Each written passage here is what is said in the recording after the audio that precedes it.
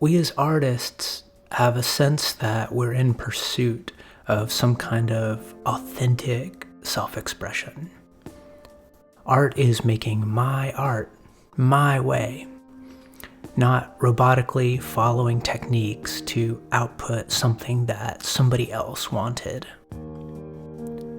There are many distractions from our authentic self-expression. Some common ways they come out is, if I didn't have to make art for money, then I could make something really special. If I stopped caring about what others thought or wanted, I could make what I want.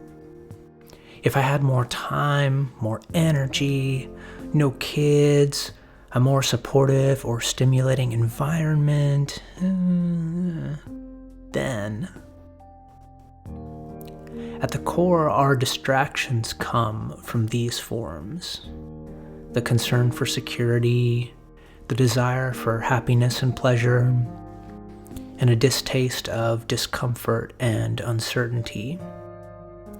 These distractions all come together to form one unified voice: my preferences and my aims.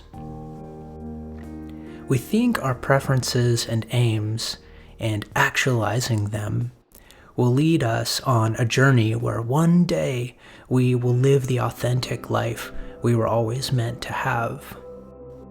And therefore, we see the obstacles to our aims as problems and things to resent. If we were finally not under the authority of society, the need for money, my bad back, all my responsibilities, then I could finally create the art I was always meant to make.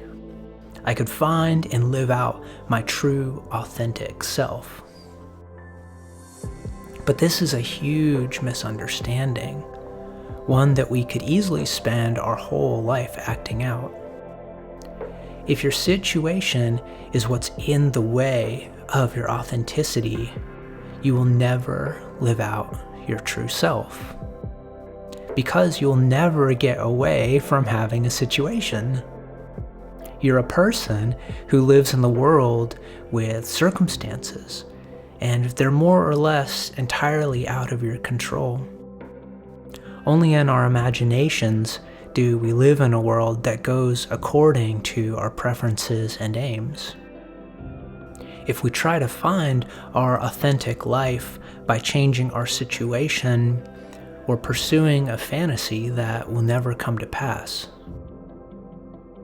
So the truth is, all of your wants are what is getting in the way of everything you've wanted to do with your life.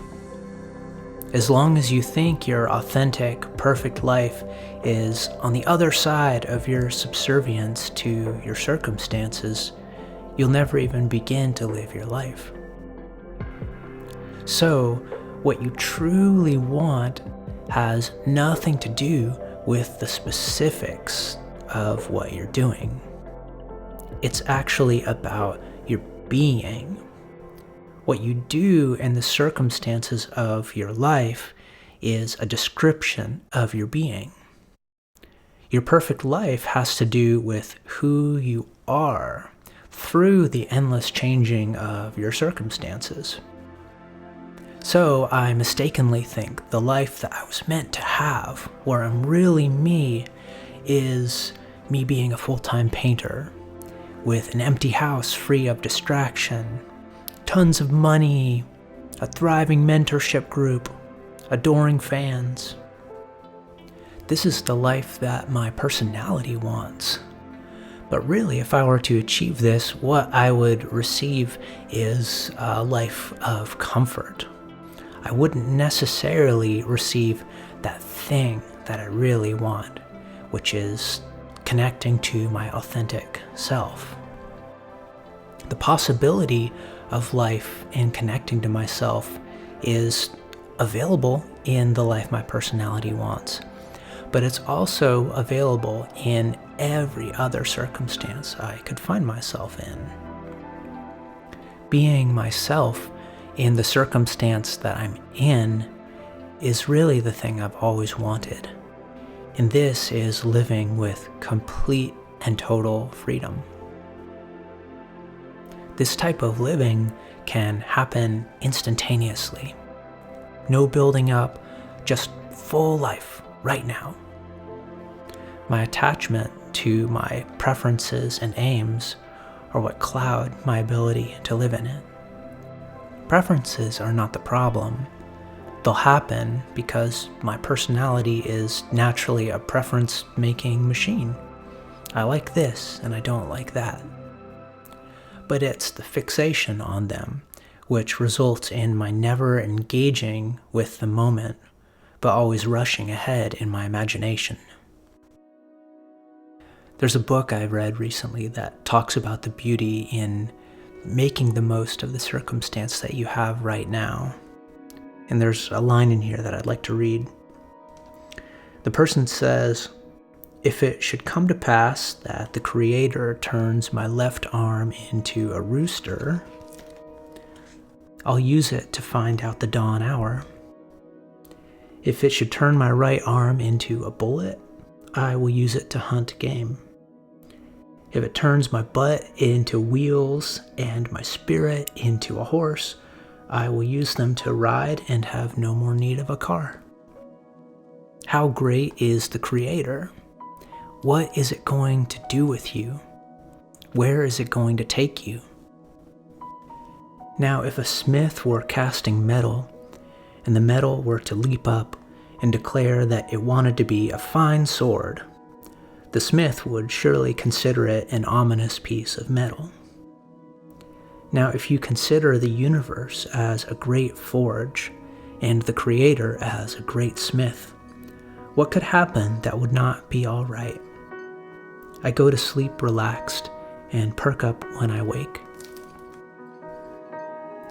This is a perspective of real, deep faith, and it comes out of seeing reality. It's not something you put on or try to believe or jigger up. It's the natural result of experiencing what's really going on. This kind of opening up outside of your preferences to experience the life that you have right now.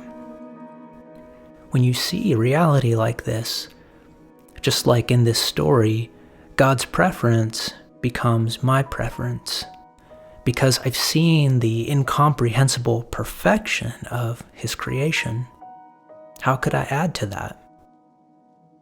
This is not an exercise in thinking differently. This perspective of faith can't be put on or acted out. This is what will happen from seeing, from living. So what art comes out of this perspective? Art that is free from restriction or compunction. When I sit to create, I often think I'm making the art I want, but really I'm making art for sale or art for praise. Free art, though, comes out of not even any desire to make art. When art happens, just as the thing you're doing, then it'll have the character of nature's incomprehensible perfection. It'll be authentic, sincere. And so we see that a life of authenticity and freedom is not something that you can aim at or move towards. As long as I'm self-conscious and aiming for authenticity, authenticity is blocked. The aiming is self-conscious. It totally muddies the water and makes it impossible for you to see the bottom of the stream. Instead, live the life you have. Whatever you're naturally doing as a result of that, it will be perfect. And whether that's art or not doing art, it's better to not control that outcome. Let what you do just be what you do, without reinforcing it with, my purpose is to make this art. This is what I'm supposed to do. This totally obscures the whole thing. Your authentic self is something that can only be described as it's living itself. It's not something that can be moved towards. Moving towards anything immediately stops the authenticity in its tracks. And of course, you will move towards things nonstop, but it's the attachment to moving towards those things that gets in the way of what you really want deep down. When you take your hands off the wheel, everything in your life starts to heal and come together perfectly. It's a law of nature.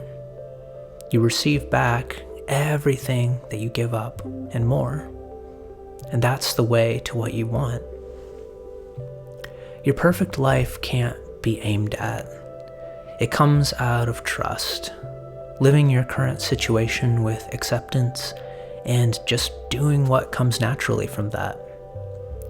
This act of faith, of total giving up of what you'll become, is how to arrive at exactly what you really want, and what your taking over control of things has always aimed for. Dropping your need to control your circumstances and reinforce the direction of your life is stopping your intentional aiming. And this is how you really hit that target.